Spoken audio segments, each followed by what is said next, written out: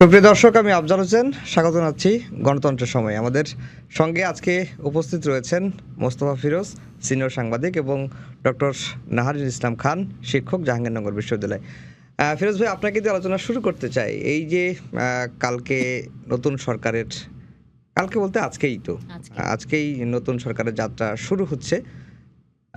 নানা রকম লিস্ট কিন্তু আমরা দেখতে পাচ্ছি যে মন্ত্রী পরিষদে কারা থাকছেন, কাদের নাম বেশি আলোচনায়। তা আপনার কাছে এই লিস্টগুলো দেখে কতটুকু বিশ্বাসযোগ্য মনে হয়? না, ঘুরে ফিরে তো একই নামগুলি আসছে। যারা যাদেরকে আমরা চিনি জানি গত ১৫ বছরে যাদের আন্দোলন সংগ্রামে হুম। যুক্ত ছিল, তাদের সবাইকে চিনি। তো তারা থাকবে এটাই প্রত্যাশিত। এর বাইরে খুব অপরিচিত কেউ থাকবে বলে মনে হয় না। আচ্ছা। এখন বিশেষজ্ঞ কোটায় কেউ চলে আসেন কিনা এটা বোঝা যাচ্ছে না। না, যদি যেই নামগুলো শুনছি বা যেই নামগুলো গণমাধ্যমে আসছে, আপনি বলছেন যে এর বাইরে থাকবে বলে আপনার মনে হয় না। আবার চমকের কথাও শুনছি তো। তাহলে চমকটা কি? চমকটা যে কি, চমকটা সম্ভবত ইয়াংদের আধিপত্য বেশি থাকবে, অনেক প্রতিমন্ত্রী থাকবে, প্রায় ১৫ জন মতন শুনছি। তো এটা ভালো যে তারা মন্ত্রীদের সাথে থেকে থেকে তারা একটু অভিজ্ঞ হওয়া, এবং এর পরের ধাপে খেয়াল করবেন এবার তারেক রহমানের কিন্তু চেষ্টা একটা জেনারেশন, তার পরের জেনারেশনকেও বিল্ড আপ করা। জাইমা রহমানের আচ্ছা, যে হ্যাঁ, আমরা হ্যাঁ। তৎপরতা দেখলাম, এবং শোনা যাচ্ছে যে বগুড়া ৬ আসন যেটা ছেড়ে দিয়েছে সেখানে হয়তো জাইমা রহমান নির্বাচন করতে পারে। হ্যাঁ, তাই তো নাকি? আপনি শুনছেন এটা আপনার? শোনা যাচ্ছে। আমি আচ্ছা। জি। তো অস্বাভাবিক না, যেহেতু মানে বাবার নির্বাচনী লিফলেট নিয়ে সে ক্যাম্পেইন করেছে।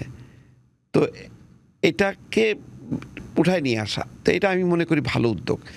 যদিও বলি যে মিক্সড হবে, হুম, কিন্তু তার মধ্যেও তরুণদের প্রাধান্য থাকবে।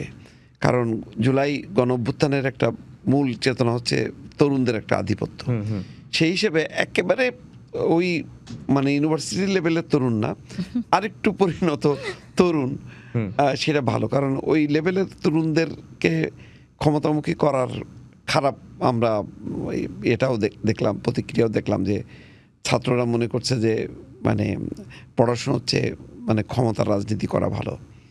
তো সেটা হয়তো খারাপ, কিন্তু অপেক্ষাকৃত আমি বলবো যে বিএনপির মধ্যে ইয়াং জেনারেশনের এবার আধিপত্য থাকবে বলে জানা যাচ্ছে।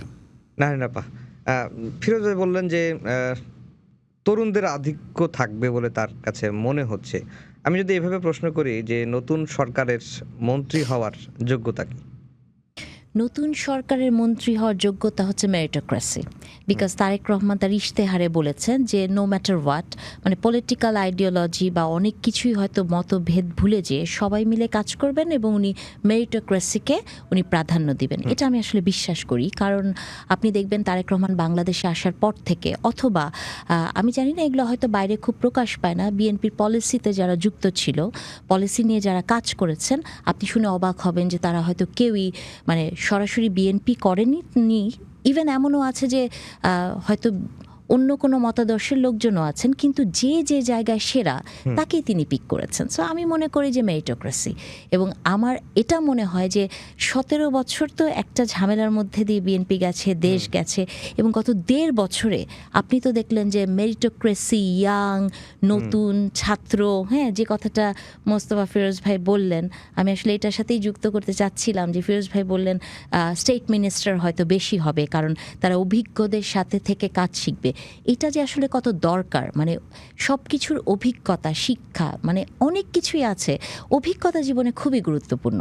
সেটা অভিজ্ঞতা আপনাকে সহনশীল করে, অভিজ্ঞতা আপনাকে পরিমিতি বোধ শেখায়, অভিজ্ঞতা আপনাকে শেখায় যে যে কোনো একটি পরিস্থিতিতে, যেমন আমরা মব কালচার দেখেছি, হ্যাঁ, আমার মনে হয় না যে অভিজ্ঞ মানুষজন থাকলে এ ধরনের বিষয়গুলো হতো। এবং এই সরকারের সবচেয়ে বড় চ্যালেঞ্জ কী হবে জানেন? এইসব জিনিসগুলোকে হ্যান্ডেল করা। গত ১.৫ বছরে আমরা ধরেন নতুন বন্দোবস্তের নামে যা পেয়েছি, সো এটা হবে মনে হয় তাদের চ্যালেঞ্জ। মোস্তফা ফিরোজ ভাই, আপনি ভিডিও করেন, অ্যানালাইসিস করেন। আমি যদি এই পরিস্থিতিটাকে একটু অ্যানালাইসিস করতে বলি, যাদের নাম আলোচনায় যারা আছেন, গণমাধ্যমে যারা যাদের নামগুলো আসছে, বিভিন্ন সূত্র থেকে পাওয়া, বিশ্বস্ত সূত্র জানিয়েছেন, বিএনপির দলীয় সূত্র জানিয়েছেন এরা থাকতে পারেন, তাদের মানসিক অবস্থাটা এখন কি হতে পারে? খুবই টেনশনে। গত মানে দুদিন থেকে তাদের একেবারে নাও খাওয়া বন্ধ, এবং ওই চতুর্মুখী বিভিন্ন জনের নানা রকম মানে কিছু বানায় বলে, যেটাই বলে সেটা কোনোটাই উড়াই দিচ্ছে না, কিন্তু সবগুলোকে যেহেতু ধারণ করতেছে, ফলে তাদের মধ্যে ব্যাপক মানে উদ্বেগ, উৎকণ্ঠা, বিভিন্ন নেতাদের বাসায় পাশে ধর্ণা দেওয়া, গুলশান অফিসে ভিড় করা এবং জানার চেষ্টা করা। এই সময় তারেক রহমানের যে স্টাফদের গুরুত্বটা অনেক বেড়ে গেছে। তাদের ধারণা স্টাফরা বোধহয় সবাই জানে যে কি তালিকা, কিন্তু আমরা তো জানি যে অতীতের অভিজ্ঞতাও, শেখ হাসিনার সময়ও শেখ হাসিনা ছাড়া কারা মন্ত্রী হবে না হবে কেউ জানতেন না, শেখ হাসিনা ছাড়া কে এমপি হবে না হবে কেউ জানতেন না। তো এইবারের এমপির প্যাটার্নটাও তাই ছিল, কে হবে না হবে এটা নিয়ে কেউ জানে। জামাত যেমন অনেক দিন আগেই তাদের প্রার্থী তালিকা ঘোষণা করে তারা সেভাবে কাজ করছে, কিন্তু বিএনপি তো পারেনি সেভাবে, তাই না? শেষ মুহূর্ত পর্যন্ত অনিশ্চয়তা ছিল যে কে ফাইনালি নমিনেশনটা পাবে। আর এটা তো আরও কনক্রিট একটা শেপ। তো এইটার একেবারেই যেটা শোনা যাচ্ছে যে তারেক রহমান বিভিন্ন জনের কাছ থেকে পরামর্শ নিছে, কিন্তু উনি তার মতামতটা ব্যক্ত করেননি। তো সেটা হয়তো ক্রস চেক করে ওনার নিজেরও তো আসলে একেবারে সবাইকেই চেনে, একেবারে গত 15-16 বছরে তো তাদের সাথে দফায় দফায় তিনি কথা বলেছেন। ফলে এই লিস্টটা এটা অসম্ভব ব্যাপার, একমাত্র ক্যাবিনেট সেক্রেটারি জানবেন, তাও একদম শেষ মুহূর্তে। মানে এমপিদের শপথের পরে মনে হয় ক্যাবিনেট সেক্রেটারি জানবেন নাকি? না, ক্যাবিনেট সেক্রেটারি শপথের এমপি হিসেবে শপথ নেওয়ার পরে হয়তো তারপরে তাদেরকে বলা হবে যে মানে আপনি না, এই ধরেন মোস্তফা ফিরোজের নাম সিনিয়র সাংবাদিক হিসেবে যদি মন্ত্রী বা প্রতিমন্ত্রীর কোনো একটা তালিকায় আসতো, কোনো গণমাধ্যমে আসতো, তাহলে মোস্তফা ফিরোজ কি করতো? তখন তো আরও টেনশনটা আরও বাড়তাম যে এটা কি হবে, তো এটা তো একটা তখন প্রেস্টিজ ইস্যু হয়ে যাবে যে এটা যাতে বাস্তবিত হয়, বাস্তবিত না হলে আমি নাই, এ ধরনের মানসিকতা কাজ করে। তবে এইবার তুলনামূলকভাবে আমি দেখলাম যে কম, মানে এটা মেনেই নিছে অনেকে, যেহেতু এমপির নমিনেশনের ক্ষেত্রেও যেই ধকলটা গেছে সবার মধ্যে, এখানে তো তাও অনেক দাবি করতে পারে যে আমি ওই এলাকায় জনপ্রিয়। এখানে তো জনপ্রিয়তার ব্যাপার নেই, এখানে হচ্ছে যে কে পারফর্ম করতে পারবে, মানে তার সে ক্যাপাবিলিটি আছে কিনা। একজন এলাকায় খুবই জনপ্রিয়, সে এমপি হিসেবে ঠিক আছে, কিন্তু সে আবার মন্ত্রী হিসেবে যোগ্য নাও হইতে পারে। কিন্তু মোস্তফা ফিরোজ ভাই কিন্তু বললেন না ওইটার উত্তর, যে উনি এই নামটা শুনলে কি বলতেন, উনি আসলে কি করতেন আমি বলে দেই। সেটা হচ্ছে উনি একটু আগে ঘুম ঘুম ভাবছিল, সেটা থাকতো না, আর আমাকে আর আপনাকে খাওয়াতেন। তো মানে সবাই তাই, মানে এখন মানে মানে আমার এ দিয়ে তো বুঝি। এখন দেখেন, ধরেন আমরা এই যে কথা বলছি, মানে প্রত্যেকেই কিন্তু যারা সম্ভব বইয়ে তারা কিন্তু মনোযোগ দিয়ে শোনার চেষ্টা করতেছে যে আমার নামটা বলে কিনা, আমার নামটা বলে কিনা, এরকম একটা টেনশন। ফলে আপনার এই মধ্যরাতের আজকের কিন্তু দর্শকের অভাব হবে না, এমনকি যার যার নির্বাচনী এলাকার সবাই কিন্তু মানে আগ্রহী। মোবাইল কেউ হাতছাড়া করতে না। আপনি কিছুক্ষণ আগে আমি একটা ভয়েস মেসেজ শোনালাম না, সে বলতেছে সে অলরেডি কনফার্ম যে অমুকে মন্ত্রী হচ্ছে, আপনি একটু আপনার একটা ব্লগে আপনি অলরেডি বলে দেন, অ্যানাউন্সমেন্ট দিয়ে দেন। মানে এতটা যে মানে আমি বললে যেন আরও এটা কনফার্ম হয়, মানে এটা শুনে তারেক রহমান হ্যাঁ মোস্তফা ফিরোজ বলে ফেললো, না তাহলে তো তারে করতেই হবে, ভাবটা এইরকম। মানে কেউ কেউ তার নামটা গণমাধ্যমে নিয়ে আসতে চায়, নিয়ে আসতে চেয়ে যাতে তারেক রহমান দেখলো আচ্ছা নামটা চলেই আসছে, এখন না দিলে কেমন হয়, চক্ষু লজ্জার কারণে। এই সমস্তগুলিও পাগলামি হয় আসলে। এটা তো আসলে অনেক সময় যোগ্যতাও আছে, আবার এটা ভাগ্যও আছে, ভাগ্যেরও ব্যাপার আছে। তো এবং প্রত্যেক এমপি মনে করেন যে আমি এখন ওই পর্ব তো শেষ হয়েছে, এখন আমি মন্ত্রী হওয়ার যোগ্য। আচ্ছা মন্ত্রী না হইলাম, প্রতিমন্ত্রিত্ব হোক দিক, ওইটা প্রতিমন্ত্রী না দিক, অন্তত উপমন্ত্রী করুক আমাকে, এরকম একটা মানসিকতাটা আছে। এখন সব এমপিরা কিন্তু ঢাকায় এখন 200-র উপরে এমপি, এবং সেই সঙ্গে তার সমর্থকরা সবাইকে বলছে যে তোমরা যাও একটু খোঁজখবর নাও, দেখো নামটা বের করতে পারো কিনা। তো ফলে অন্তত 2-3 হাজার এখন বিএনপি নেতা কর্মীরা কিন্তু ছোটাছুটি করতেছে যে কোনো এক সূত্র থেকে নামটা বের করা যায় কিনা। কিন্তু দৌড়ঝাঁপ করে তো মনে হয় লাভ হবে না, একটু কোনো লাভ নেই, জি। এটা বৃথা। না আপা, যে প্রশ্নটা আমি মোস্তফা ফিরোজ ভাইকে করছিলাম যে ধরেন আপনি এমপি হয়ে গেছেন, মন্ত্রীর তালিকায়, সম্ভাব্য মন্ত্রীর তালিকায় আপনার নাম কোনো না কোনো গণমাধ্যমে আসছে, মানে সেই অবস্থাটা হলে আপনার মনের ভিতর কি হতো? প্রথমত ধরেন আমি বিশ্ববিদ্যালয়ে চাকরি করি, সো এমপি হওয়ার পসিবিলিটি আমার নাই, চাকরি ছেড়ে দিতে হতো। এটা একটা ভেরি রিস্কি থিং, যে যদি পাশ না করি তাহলে আমার কি হবে, ওই রিস্কটা মনে হয় না আমি নিতাম। আর যেটা বলছেন মন্ত্রীরা, কি করতাম ধরেন শুনলে আমার খুব মানে ওই ক্যাপাসিটিটা আছে যে আবেগকে আটকে রাখার, আমি আল্লাহর কাছে শুকরিয়া করতাম, তারপরে অপেক্ষা করতাম, ভালো কাজ করার প্রতিজ্ঞা করতাম, এই মানে এরকমই হতো। আর আমার ছেলে আছে, ওকে জানাতাম, কিন্তু এটা নিয়ে ভাবি না, কারণ এটা হবে না।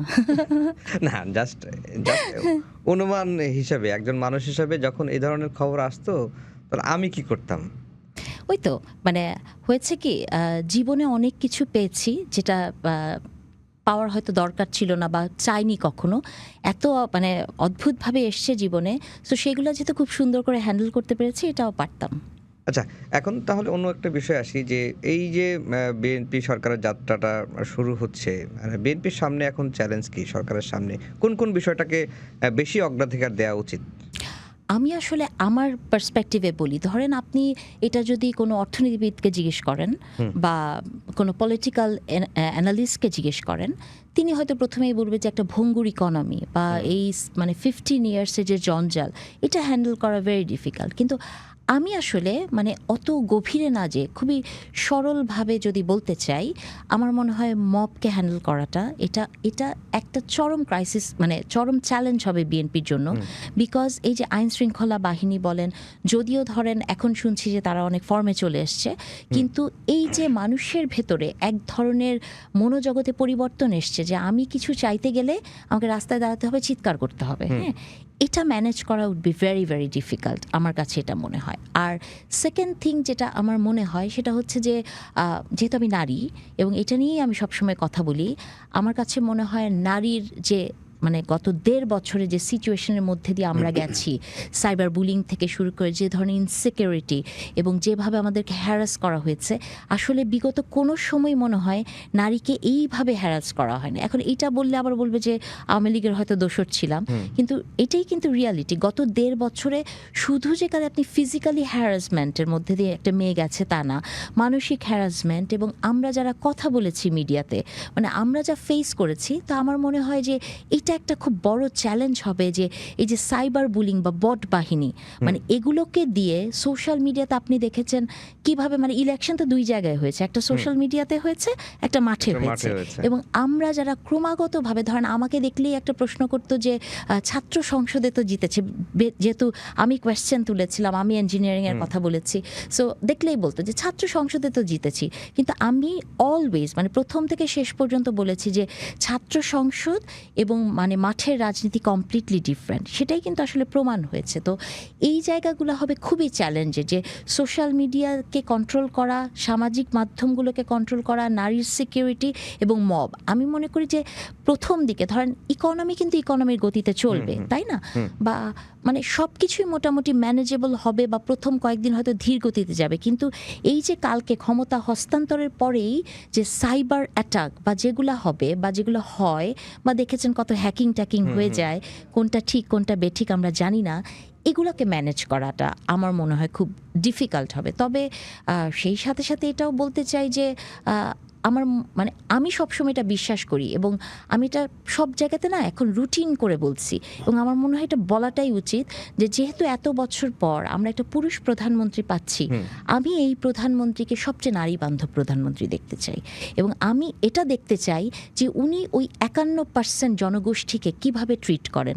আমি এটা বিশ্বাস করি এই 51% জনগোষ্ঠী যদি বিশ্বাস করতে পারে যে তার এক ধরনের সিকিউরিটি সিস্টেমের মধ্যে সে থাকবে, সে ভালো একটা মানে যে কোনো কিছু করবে, সে কোনো বুলিংয়ের শিকার হবে না, হ্যারাসমেন্টের শিকার হবে না, যদিও এটা ভেরি টাফ করা, কিন্তু এতটুকু অ্যাসুরেন্স যদি সরকার প্রধানের থেকে পাই, বা ধরেন উনি ওনার ইশতেহারে বলেছেন যে নারীর মানে সাইবার বুলিং বলেন হ্যারাসমেন্টে কঠোর কঠোর কঠোর ব্যবস্থা নেবেন, 3বার বলেছেন, এটা যদি উনি মেনটেন করতে পারেন, আমার মনে হয় বাংলাদেশের নারীদের কিন্তু একটা আলাদা ধরনের শক্তি আছে, এবং সেই শক্তি বলেই কিন্তু প্রথম ধাক্কাটা উনি পার হতে পারবেন। এটা আমার পার্সপেক্টিভ, আমি এটা মনে করি। মোস্তফা ফিরোজ ভাই, এর বাইরে আসলে বিএনপি সরকারকে কোন কোন সেক্টরে বেশি গুরুত্ব দেওয়া উচিত? না, প্রথমে তো ঠিক আছে, মানে আইন শৃঙ্খলা এবং অর্থনীতি এটা এটা সবাইকে খুব টাচ করে। এটা একটা খুবই বড় চ্যালেঞ্জ হবে। চ্যালেঞ্জটা হবে সংসদে বিরোধী দলকে মোকাবেলা করা। কারণ বিরোধী দল হলো বারবার জুলাই সনদ এই ইস্যুগুলি আনার চেষ্টা করবে, বিএনপিকে বিব্রত করার চেষ্টা করবে। কারণ এই জুলাই সনদের এত ধাপ, এত মানে ক্যারিকেচার, এগুলির মধ্যে যদি ঢোকে সংসদ, তাহলে জনগুরুত্ব সম্পন্ন বিষয়গুলো মানে চাপা পড়বে। যেমন 8 মাস এই গভর্নমেন্টের 8 মাস গেল শুধু এই জুলাই সনদ নিয়ে। এটা করতে যেয়ে আইন শৃঙ্খলা পরিস্থিতি ধস, অর্থনীতি বিপন্ন, রপ্তানি একদম নিচের দিকে নেমে গেল, ফলে মানুষ চরম সংকটের মধ্যে পড়লো। এবং আজকে দেখেন বিদায়ী ভাষণের সময় একটা যেরকম ক্যারিশমাটিক এগিয়ে নিয়ে যখন এই প্রথম ভাষণটা মানুষ যত আগ্রহ ভরে শুনলো, আজকে কিন্তু বিদায় ভাষণে কারো কোনো বিন্দুমাত্র আগ্রহ নেই। মানে মানুষের মধ্যে কোনো আবেগ যে এরকম মানুষটা একটা নোবেলজয়ী মানুষ, এরকম মহান মানুষকে আমরা মিস করব, অথচ কিছুদিন আগেও তারা 50 বছর থাকেন, 10 বছর থাকেন, 5 বছর থাকেন, তার কোনো আবেদন কিন্তু জনমনে কিন্তু প্রতিফলন ঘটলো না যে এরকম একটা মানুষ বিদায় নিল, আমরা আবার একটা অনিশ্চয়তার মধ্যে পড়লাম। বরং মানে মনে হলো যে মানে ছেড়ে দে মাকে দে বাঁচি, ইউনূস সাহেবের ব্যাপারে মানুষের মধ্যে যে কত তাড়াতাড়ি বিদায় হবে আর কি। এখন এই যে উনি বিদায় নিলেন আর তারেক রহমান যে আসলেন, এসেই এখন সংসদের মধ্যে এমন একটা শক্তিকে তাকে মোকাবেলা করতে হচ্ছে, এরা আসলে তো কোনো গণতান্ত্রিক শক্তি না, এটা হলো উগ্র সাম্প্রদায়িক ধর্মীয় শক্তি। অলরেডি তো মানে আলোচনাটা শুরু হয়েছে যে সংসদ সদস্যরা আসলে কয়টা শপথ নেবেন, এই বিতর্কটাও কিন্তু এতো তো ঝামেলা। এখন আমরাও কিন্তু নিশ্চিত না, কারণ বিএনপি একটা শপথই নেবে, কারণ বর্তমান সংবিধান অনুযায়ী যেহেতু সব কিছু হচ্ছে, ফলে এর মধ্যে একটা শপথ বাদ দিয়ে মানে ওটা করার পর আরেকটা শপথ কেন নেবে, নেওয়ার তো দরকার নেই। তো এই কোশ্চেনটা এবং এইটার মানে এই দ্বিতীয় শপথটা কি সিসি নিতে পারেন কি না, এটা কোনো বিধানে আছে কি না, অনেকগুলো প্রশ্ন কিন্তু অলরেডি রেইজ হয়েছে। এই বিতর্কের মধ্যে বিএনপি যেতে চাইবে না, কিন্তু অন্যরা যে আরেকটা মানে সংসদ অধিবেশন বসার আগেই একটা সংকট কিন্তু তৈরি হয়ে যেতে পারে এই ইস্যুটাকে ঘিরে। এই বিষয়টা আমি এখনো জানি না বিএনপি এটা কিভাবে হ্যান্ডেল করবে। এখন প্রথম শপথ নিয়ে তাদের পার্লামেন্ট মেম্বাররা চলে যাবে দুপুরের খাবার খেতে, কারণ এরপরে তাদের পরের সেশনটা হচ্ছে শপথ অনুষ্ঠানে। তো তখন কি হবে, এরকম নিয়ে তো সংসদীয় কমিটির বৈঠক আছে, ওই তো সংসদীয় কমিটির বৈঠক আছে, বৈঠকের পর আছে লাঞ্চ বিরতি, তারপরে না শপথ অনুষ্ঠান। তো এখন এই দ্বিতীয় শপথের এই ভেজালটা করতে যাবে কিনা, আর এরকম একটা স্বাধীন সার্বভৌম সংসদের পর বাইরের থেকে অন্য কোনো ইস্যু দিয়ে চাপানো যায় যে তুমি কিন্তু আর একটা শপথ তোমার নিতে হবে, এবং কে বলছেন যে যার সাথে সংসদের কোনো সম্পর্ক নেই।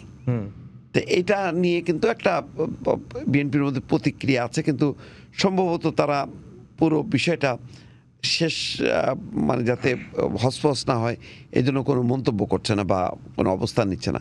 কিন্তু কালকে আমার ধারণা যে এটা নিয়ে একটা জটিলতা দেখা দিতে পারে।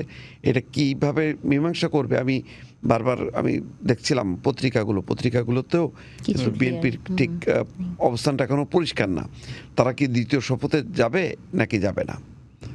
কয়েকজন আইন বিশেষজ্ঞর মতামত পড়লাম গণমাধ্যমে, যে স্বাধীন মালিক, অ্যাডভোকেট হাসানুল করিম, অ্যাডভোকেট মঞ্জিল মোর্শেদ, তারা বলছেন যে দ্বিতীয় শপথটা মানে এই জুলাই সনদটা হয়েছে বা এই সংবিধান সংস্কার পরিষদ যেটা হয়েছে এটাই নাকি অবৈধ।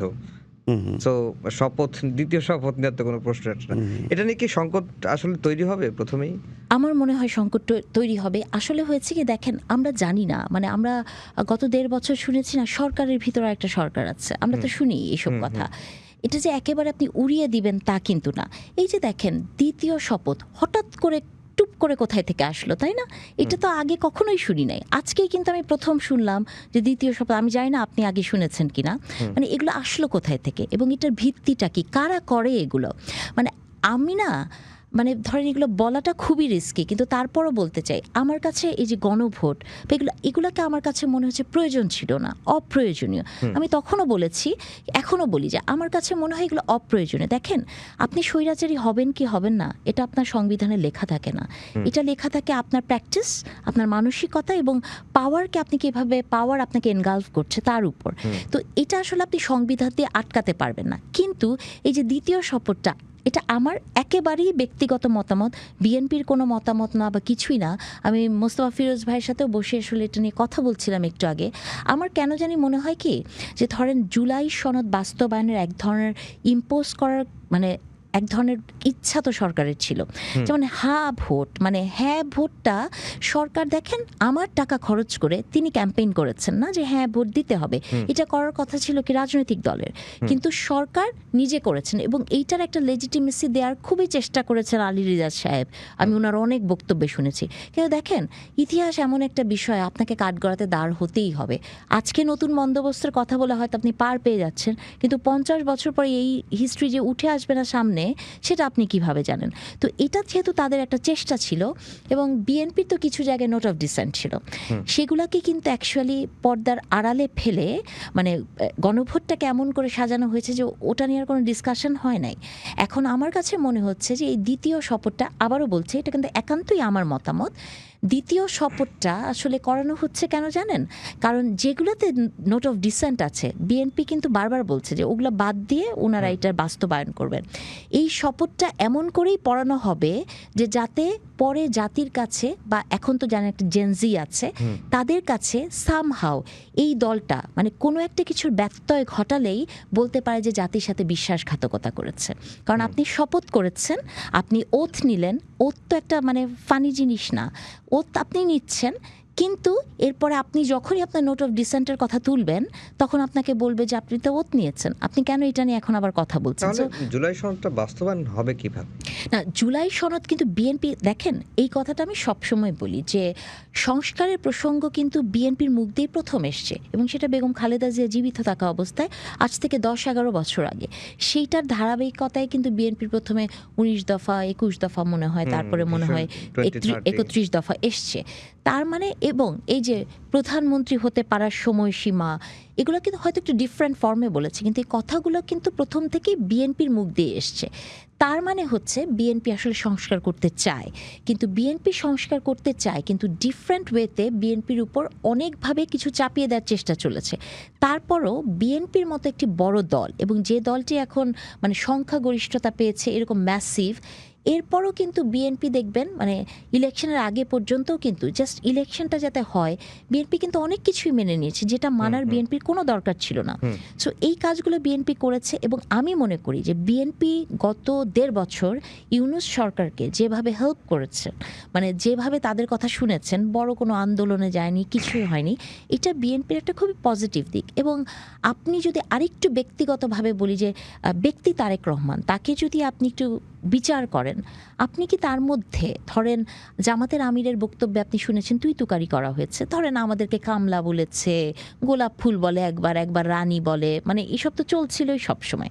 আপনি কি আমাকে একটা তারেক রহমানের কোনো শব্দ চয়ন, একটা শুধু গুপ্ত বলেই হচ্ছে উনি অনেক সমালোচিত হয়েছেন, কিন্তু আপনি কখনো কোনো শব্দ মানে বলতে পারবেন, অথবা ওনার কোনো অ্যাটিটিউড যেটা আপনার চোখে পড়েছে, যেটা মানে বিনয়ের বাইরে, অনেক ক্ষেত্রে অতি বিনয় দেখিয়েছেন, সেটাকেও হয়তো অনেকে দুর্বলতা ভাবতে পারে। তার মানে বিএনপির আসলে একটা পজিটিভ পরিবর্তন হয়েছে, যে বিএনপিটা জনাব তারেক রহমানের হাত দিয়ে আসতে যাচ্ছে। সো আমি এটা বিশ্বাস করতে চাই, সংস্কার নিয়ে বিএনপি কোনো ঝামেলা করবে না। মানে বিএনপি এই সংস্কারটা চালাবে। তবে যেখানে তাদের নোট অফ ডিসেন্ট আছে অবশ্যই সেটা জাতি জানে কোথায় কোথায় তাদের নোট অফ ডিসেন্ট আছে, ওটা নিশ্চয়ই তারা তার মানে অন্যভাবে ডিল মোস্তফা করবে। ফিরোজ ভাই, যেহেতু বিএনপির নোট অফ ডিসেন্ট উচ্চকক্ষে পিয়ারের বিষয়ও আছে, মানে বিএনপি যেটা চাচ্ছে যে তারা নিম্নকক্ষে যে সংসদ সদস্য হয়েছে তাদের অনুপাতেই উচ্চকক্ষে হবে, মানে ভোটের আনুপাতিক হবে না, এটাই মনে হয় হতে যাচ্ছে, তাই নাকি? কিছুই হবে না, এগুলি সব বিভিন্ন বিশেষজ্ঞ কমিটির কাছে চলে যাবে। কিভাবে বাস্তবায়ন পদ্ধতি সংসদের অনেকগুলো কমিটি থাকবে, সেসব কমিটির মধ্যে চলে যাবে, বা এই সংক্রান্ত একটা কমিটি করবে, তারা বাস্তবায়নের পদ্ধতিটা ঠিক করবে। এর মধ্যে বিএনপি তাদের যে 31 দফার যে সংস্কার কর্মসূচিগুলি আছে এগুলি ধাপে ধাপে বাস্তবায়ন করবে। শোনেন, আমি বলি, এই গভর্নমেন্ট ক্ষমতায় নেওয়ার পর এবং পার্লামেন্ট শুরু হবার পর এত ইস্যু আসবে মোটা দাগের, পররাষ্ট্র সংক্রান্ত, অর্থনৈতিক, আইন শৃঙ্খলা, এগুলি নিয়ে এই আধ্যাত্মিক মানে বায়বীয় জিনিস নিয়ে আলোচনা করার মতন সময় থাকবে না, এবং এটা মানুষের মধ্যে কোনো রকম কোনো আগ্রহী থাকবে না। এইটা হাইপটা তুলছে এই ইউনূস সরকার বিদায় নেওয়ার সাথে সাথে এইটাও আস্তে তামাদি হয়ে যাবে। আমি বললাম আজকে, আর যদি আবার এখানে সুযোগ পাই 2-3 বছরের মাথায়, দেখবেন যে এটাই হবে। এটা এত জটিল প্রক্রিয়ার মধ্যে না যে মোটা দাগের কয়েকটা হবে, যেমন তত্ত্বাবধায়ক সরকার ব্যবস্থা, এইটাই আসলে মূল সংস্কার, আর কিছু দরকার নেই। বাকিগুলি সময়ের প্রয়োজনে যেটা যেটা দরকার আস্তে আস্তে হবে। এটা নিয়ে মানে তাদের তো সংস্কারের মানেটা কি?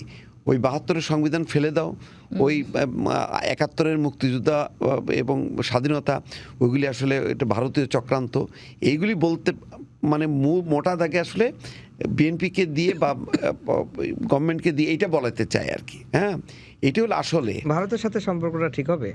অবশ্যই ঠিক হবে। একটা তো আমরা হয়েই তো যাচ্ছে সম্পর্কটা কি, এই সম্পর্কটা কি মানে ভারতকে নতুন করে মানে সম্পর্কের আবিষ্কার করবে নাকি বাংলাদেশ? একসময় ছিল না, বেগম খালেদা জিয়ার সময় ছিল না, তার আগে ছিল না। 15 বছরে এই দাসত্বের সম্পর্কের আগে ভারতের সাথে কেমন সম্পর্ক ছিল? বিএনপি কয়বার ছিল? 2-3 বার ছিল। তো তখন কি সম্পর্ক ছিল না? তখন কেউ বলছে যে ভারতের সাথে বাংলাদেশের দাসত্বের স্বামী সম্পর্ক? স্ত্রী সম্পর্ক ছিল বা এরকম কিছু কেউ বলে নেই। হ্যাঁ, তো এটা 15 বছরে এটা হওয়ার পর এখন মনে করতেছে সম্পর্ক মানেই হচ্ছে ভারতীয় আধিপত্যবাদ, ইয়ে মোদিকে করা যাবে না। একজন দেখলাম লিখতেছে যে মোদিকে যদি আসতে হয় স্বপ্রণোদিত হয়ে আসতে হবে। আরে বাপরে বাপ, তাকে আমন্ত্রণ জানানো যাবে না, বাকি সবাইকে আমন্ত্রণ জানানো যাবে, আর মোদিকে আমন্ত্রণ জানানো হবে। সে যদি আসতেই চায় তাহলে স্বপ্রণোদিত হয়ে আসতে যাবে। এই সমস্ত গুলি হুঙ্কার, এই সমস্ত ফাউল জিনিসপত্র গত মানে 15-16 মাসে যথেষ্ট খেলা হয়েছে। এগুলি ইউনূস সাহেবের দুর্বলতার কারণে এগুলি মাথা চাড়া দিছে। তার কারণে দেখেন, নির্বাচনে মাত্র 5 দিন আগে যমুনাকে ঘিরে একটা মুভ করা, মানে একটা ঢেউ তোলার চেষ্টা করলো, যে মনে হচ্ছে লক্ষ লক্ষ মানুষ নেমে আসবে হাদি হত্যার বিচারের ইস্যুতে। সেটাও ফেল করছে, একটার পর একটা ফেল করছে। আর ইউনূস সাহেব বিদায় নেওয়ার পর এই জুলাই সনদ নিয়ে ওই এরাই বিএনপিকে বেকায়দায় ফেলার জন্য চেঁচামেচি করবে, এইটুকুই। বিএনপির অনেক ইস্যু থাকবে। আরেকটা দিক দেখলাম, নারিন আপা, আমাদের সময় একেবারে শেষ, 1 মিনিট সময় আছে, যে এই নির্বাচনের পরপরে দেখলাম যে আওয়ামী লীগের কার্যালয়গুলো খুলছে, তারপরে দলীয় পতাকা টাঙানো হচ্ছে, এবং এটা অনেকেই বলছেন যে বিএনপি ক্ষমতায় আসার কারণে তারা এগুলো করছে, বা তাদের একটা বিএনপির একটা ইন্ধন আছে, এরকম কিছু। মানে অ্যাকচুয়ালি ইন্ধন শব্দটা তো, বাট আপনি এটা তো আসলে অস্বীকার সমর্থন। করার কিছু নাই যে আওয়ামী লীগেরও তো একটা ভোট আছে। এবং জনাব তারেক রহমান কিন্তু বলেছে, যখন ওনাকে প্রশ্ন করা হয়েছে যে ওনার ছেলেমেয়েরা রাজনীতি করতে আসতে পারবে কিনা, দেখেন বাংলাদেশে একটা আইন আছে, হ্যাঁ, এবং আমি এখনও বিশ্বাস করি যে আইনকে যদি আইনের গতিতে চলতে দেওয়া হয় তাহলে শেখ হাসিনারও হয়তো সঠিক বিচার হবে, এবং আমরা কোনো প্রহসনের বিচার চাই না। সো এবং আওয়ামী লীগ রাজনীতি করতে পারবে কি পারবে না সেটাও কিন্তু বাংলাদেশে আইনি ডিসিশন নেবে। যদি তাই হয় তাহলে নিশ্চয়ই যে সরকারটি আসবে সেই সরকারটা আইনের প্রতি শ্রদ্ধাশীল হবে, আমি তাই মনে করি। আমাদের সময় একেবারে শেষ, মোস্তফা ফিরোজ ভাই, নাহারিন আপা, তার মানে কথাটা হচ্ছে এই যে মন্ত্রিসভায় কারা থাকছেন সেটি তারেক রহমান ছাড়া